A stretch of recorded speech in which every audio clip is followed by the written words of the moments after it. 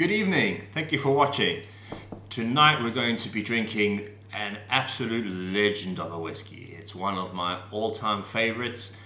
It's one of the most historic whiskies with the most outlandish tall tales in its history. It is Laphroaig.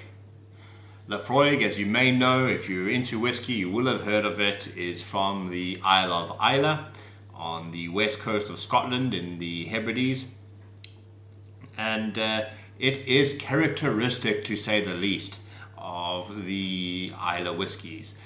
Islay is the home to a number of really beautiful, well-renowned whiskies, and they tend to have a reputation for having a lot of character, being strong, hearty, smoky, peaty,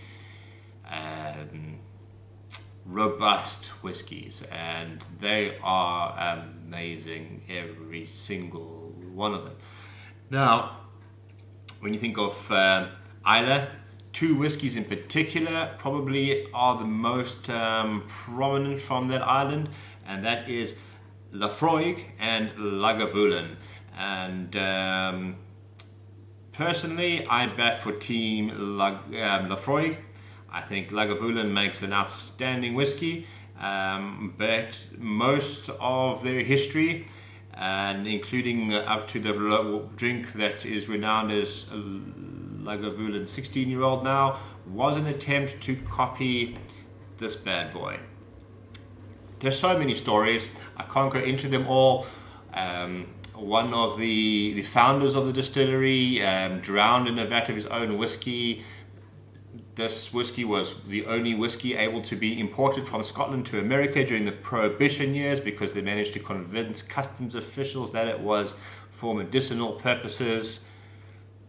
So this is a storyteller's whiskey for sure. It comes in this dark green bottle, and usually when you get a whiskey in a dark bottle, you probably safe in assuming that it is a light colored whiskey. Pop.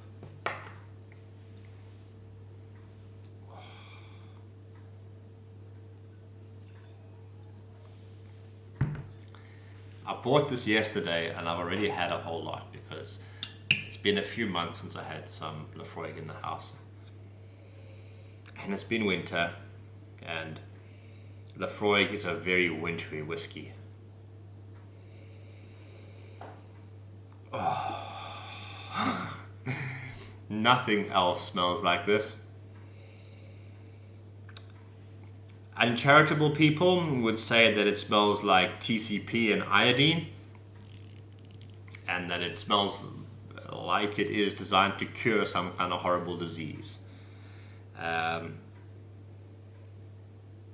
But I think for people who are lovers of whiskey and lovers of single malt, who've really got to know their way around peated whiskies, will find this to be nectar of the gods itself. The smoky peatiness that this carries on the nose is so beautiful. It is really, really something special.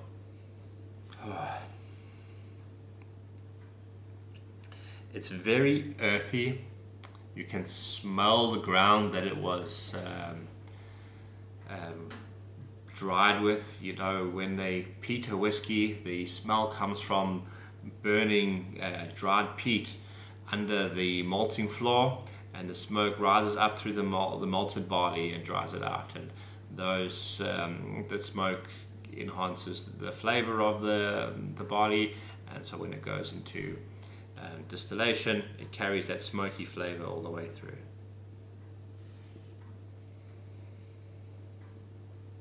So, I mean, this is almost all smoke, but it's so pleasant. So it is smoky, it's medicinal smelling, it's got a strong hint of iodine and sea salt.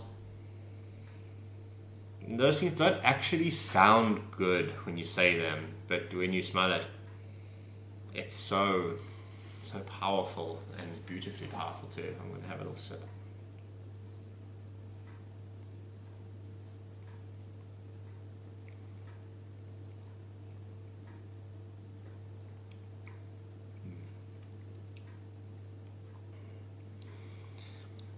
It's so meaty, savory.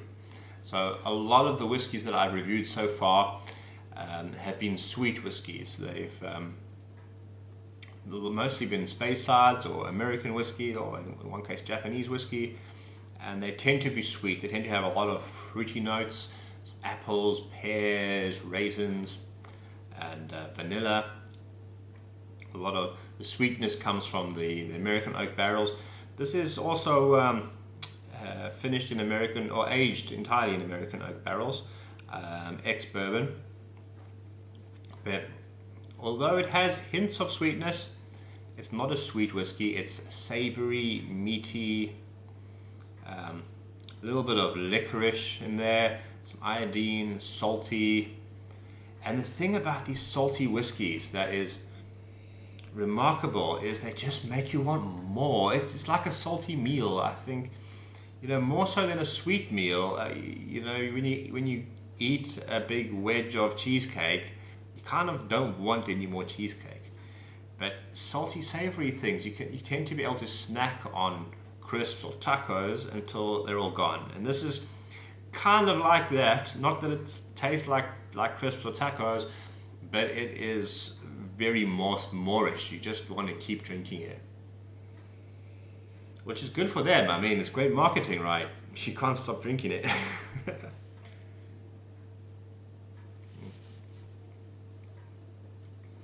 I like this so much. I've never actually tried to put any water in it, and it is bottled at 40%, so it shouldn't really benefit from being watered down. It doesn't anesthetize your tongue at all. It's very smooth. There's no real burn. It's a very pleasant, smooth, gentle drink, other than the flavor, which is unusual but lovely. Don't be put off of this whiskey because it's unusual. If you're new to whiskey and you haven't tried a peated Islay malt before, I would recommend this one. It is the characteristic original. This is the peated Islay malt whiskey, and it's beautiful. So I do think that it's an important part of anybody's whiskey education to try some of this. Sure, if you get hold of Lagavulin instead, it's also wonderful. I think maybe the uninitiated might find Lagavulin a little bit easier to get into, but they're similar. They don't taste the same, but they're a similar experience. Oh, this is good. Okay.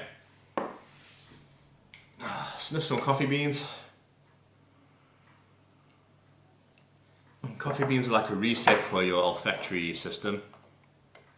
Now I'm going to put a few tiny drops of water in this. See if it reacts. It has changed the nose profile somewhat. And I find this with smoky whiskies is that the water tends to calm the smoke down and you get a lot less of the smoke, which I actually don't like that. I prefer if you get that smoke. It brings out oak now actually. With a bit of water I'm getting quite a lot of oak, quite a lot of barrel, which isn't a bad thing. And some of the vanilla-y fruity notes are starting to peek through. So it's calmed down a lot. A hint of ocean breeze. Yeah, the sea. Now the Lagavulin distillery is right on the beach. If you can call it a beach, it's a Scottish island. It's not exactly Miami, but it's right on the sea, and a lot of that flavor is in the sea air is in this. It's beautiful. Okay, let's have a taste.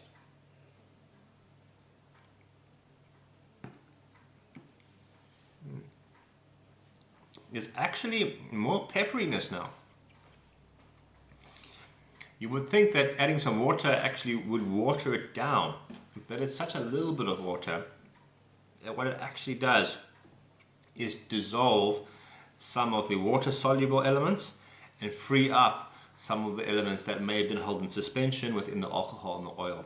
And so it does change the nature more than it does water things down. Those are only a few drops, and so really what it's done is it's brought out a whole lot of new flavors, and it's brought out some pepperiness that I wasn't expecting, because like I said before, there wasn't much of a burn on the tongue from this, but now actually there was a little bit of a tang there. I can smell the barrels much more strongly now that I put water in it. And the sweetness is just peeking through now. It wasn't present at all before.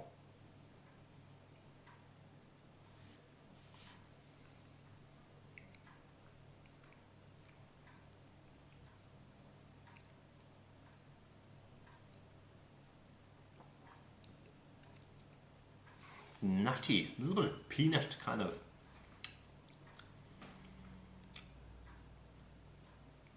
So peanut kind of nuttiness to it. Meaty, umami flavors. This is such a nice whiskey, and it's such a beautiful warming winter whiskey. And it still comes with an age on it, which is nice. These days there are a dwindling number of whiskies that are marketed with their age statement. A lot of whiskies are becoming no age statement whiskies, which isn't in itself a bad thing, because age is only one characteristic of a whiskey. But a lot of people have learned to judge a whiskey by its age, which is, I think, a mixed blessing. And certainly whiskey does change a lot with age. It tends to become more complex and more interesting with age, but also mellows down a lot. And some of the younger whiskies are very exciting because they've got a lot more going on. And I've had a number of no age statement whiskies that were a bit uninspiring, and I've had a number of no age statement whiskies that were amazing. And I've had some 12-year-olds that, you know, it's okay, it's nice, but it's nothing special. I didn't get excited about it. So I'm not a die-hard age statement guy, but it is nice to have an age statement whiskey around. I don't have many of them at the moment. It feels traditional, and that's quite nice. This is a very traditional whiskey. This whiskey is rich in heritage. I recommend that you buy a bottle of this and you read all about it. At the moment, when you buy a bottle of this, you get a foot of land on Islay that you can claim, which is a bit of fun.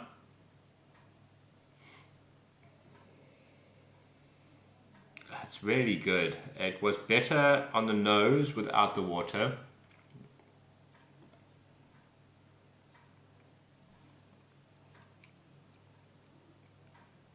On the palate, it's different, but no worse. It's woodier, fruitier. Before it was smokier and slightly more medicinal. In both ways of drinking it, it was lovely. And yeah, I love this stuff.